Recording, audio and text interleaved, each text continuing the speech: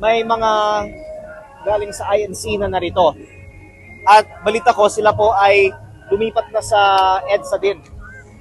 Kaya ang karamihan ng mga naiwan dito, ang aking constituents mula sa unang distrito ng Batangas, na nakikiisa sa panawagan ni Senator Marcoleta na ituloy ang investigasyon sa mga maanumalyang mga infrastructure projects sa ating bansa, kabilang na ang mga sirang mga flood control projects sa aking distrito sa Batangas, at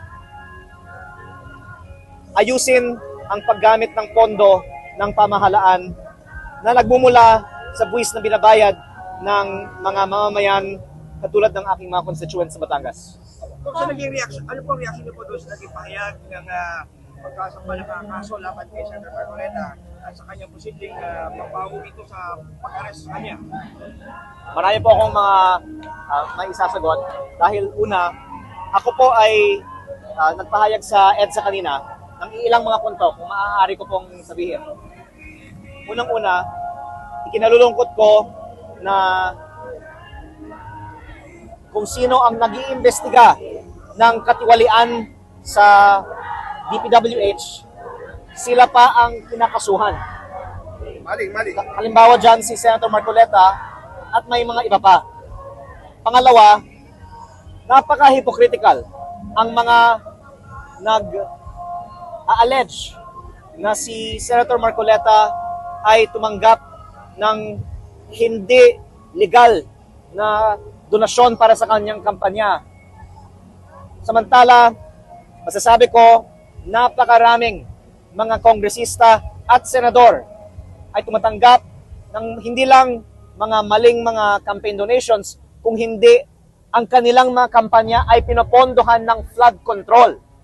Literal kong masasabi, yung pera na nagmumula sa mga flood control projects ng mga DPWH contractors ay ibinibigay sa mga kandidato para sa kanilang mga eleksyon, ayon sa ebidensya na nakalap ko at ng ibang mga tao. At pangatlo, ang aking overall na panawagan ay ipagpatuloy ang flood control investigation na maging malawakan at hindi selective, para hindi na masasabi na pinipili lang ang mga iniimbestigahan, kung bubuksan na lang lahat ng ebidensya ng mga files sa DPWH, tulad ng ang mga files mula sa opisina ni Yumaong Yusek Cabral, kasama na rin ang mga testimonya ng mga alleged bagmen, of which ang mga dating miyembro ng Armed Forces of the Philippines ay included, at ang iba pang mga testimonya ng mga DPWH officials. May mga nagsabi na 99% of bids in the DPWH are rigged. Iba nagsabi, wala pang 50% ng halaga ng mga proyekto ay napupunta sa proyekto. Matapos ang unang pagsabog ng flood control scandal last year, mukhang nalimutan ng iba ito, pero nakikita natin ngayong araw, hindi ito nalilimutan ng mga kababayan nating nandito sa Manila at nandoon sa EDSA. Sir, po ninyo pinag-iinitan po si Senator Marcoleta?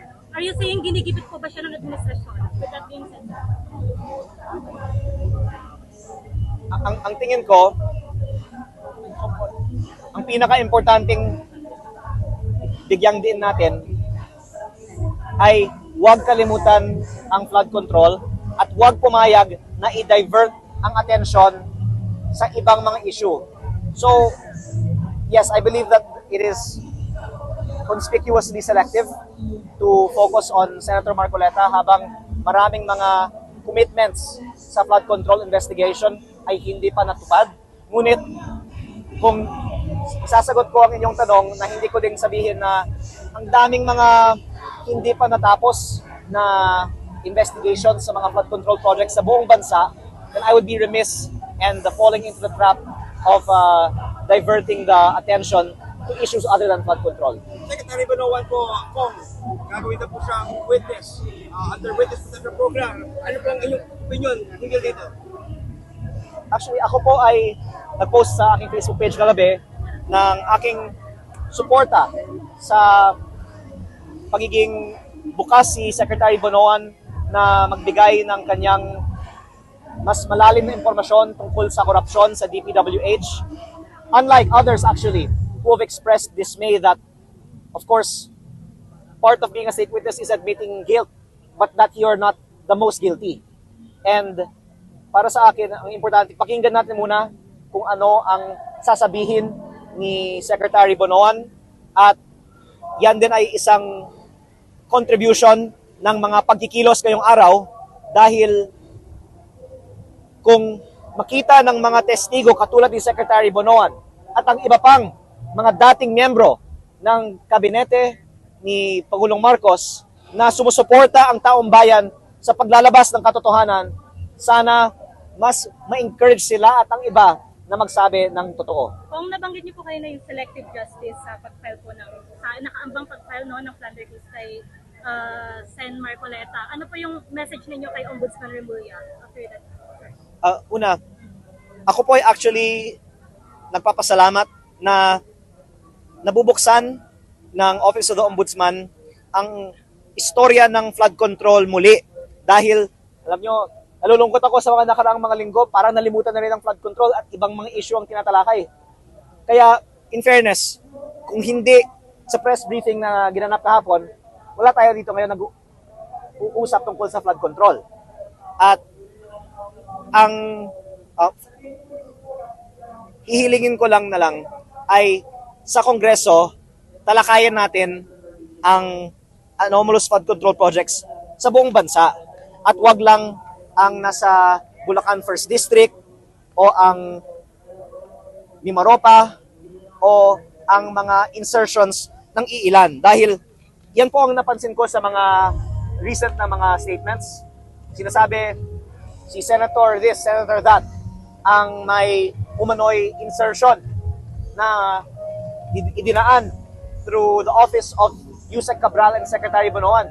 Ngunit, kung insertion ang pinag-uusapan, halos buong 19th Congress, hindi naman 100%, pero halos lahat ay may insertion ayon sa mga testimonya at dokumento na hindi lang ako ang nagsasabi na meron.